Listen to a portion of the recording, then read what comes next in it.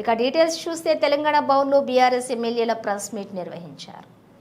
రాష్ట్రంలో ఉన్నటువంటి అన్ని వర్గాల ప్రజలని మోదమన్నట్టు ఈరోజు సంబరాలు జరుపుకుంటుందని చెప్పేసి ఈరోజు బీఆర్ఎస్ పార్టీ కాంగ్రెస్ ప్రభుత్వాన్ని ముఖ్యమంత్రి గారిని ప్రశ్నిస్తూ ఉంది. ఈరోజు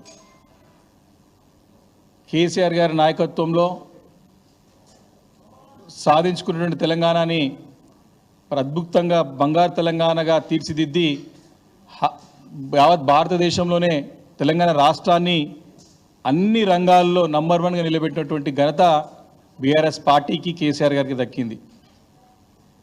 ఈరోజు అప్పట్లో కేసీఆర్ గారు ప్రవేశపెట్టినటువంటి అనేక పథకాలు, జనరంజకమైనటువంటి పథకాలు ప్రజల నుంచి చక్కటి స్పందన వచ్చి ప్రజల మన్ననలు పొంది అన్ని వర్గాల వారికి కేసీఆర్ గారు పెద్ద దిక్కుగా ఉన్నటువంటి సందర్భాలు అనేకం ఉన్నాయి. ఎన్నో మంచి పథకాలు ఆ రోజు ముఖ్యంగా చేతి వృత్తులు చేసుకున్న వారికి, వెనుకబడిన తరగతుల వారికి, దళితులకి మరి ఎన్నో మంచి పథకాలు ప్రవేశపెట్టి చేతి వృత్తులపై ఆధారపడ్డ వారిని అందరూ ప్రోత్సహించి వారి కడుపు నిండా తిండి, చేతి నిండా పని, కంటి నిండా నిద్ర ఉండే విధంగా కేసీఆర్ గారు ప్రవేశపెట్టిన పథకాలు వారికి అద్భుతాలు సృష్టించి వారికి ఎన్నో జీవితాల్లో వెలుగులు నింపినటువంటి మరి సందర్భం కేసీఆర్ గారి నాయకత్వంలో తెలంగాణ రాష్ట్రంలో ఉండే. ఈరోజు సంవత్సరం కావస్తా ఉంది రేవంత్ రెడ్డి గారి ప్రభుత్వం ఏర్పాటై. ఈరోజు అక్కడ నాయి బ్రాహ్మణ సోదరులు ధర్నా చేస్తూ ఉన్నారు.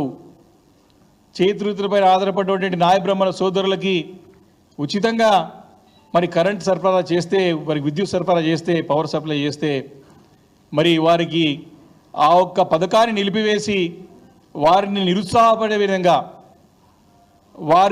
వారి వృత్తిపైన ఆధారపడ్డటువంటి నాయబ్రహ్మణ సోదరుని రోడ్డు పైన పడేసే విధంగా చేసేటువంటి చర్యల వల్ల వాళ్ళు రోడ్డు పైనకు వచ్చి ఈరోజు ధర్నాలు చేసేటువంటి పరిస్థితి ఈ యొక్క కాంగ్రెస్ ప్రభుత్వం, రేవంత్ రెడ్డి గారి ప్రభుత్వం చేస్తుందని చెప్పడానికి మరి నేను ఎలాంటి అనుమానం లేకుండా ఆధారాలతో పాటు కూడా అది చెప్తా ఉన్నాను.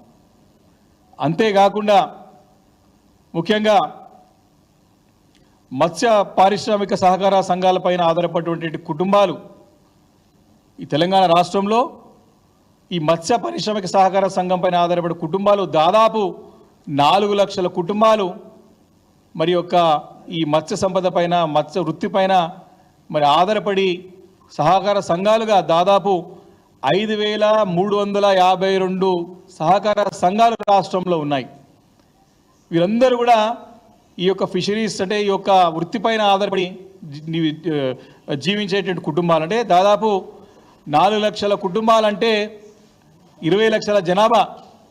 దీంట్లో అనేక కులాల వారు ఈ వృత్తిపైన ఆధారపడేటువంటి ముదిరాజు కానివ్వండి, గంగాపుత్రు కానివ్వండి, గూండ్ల కానివ్వండి, తెనుగులు కానివ్వండి, అదేవిధంగా బెస్తా కూడా కానివ్వండి.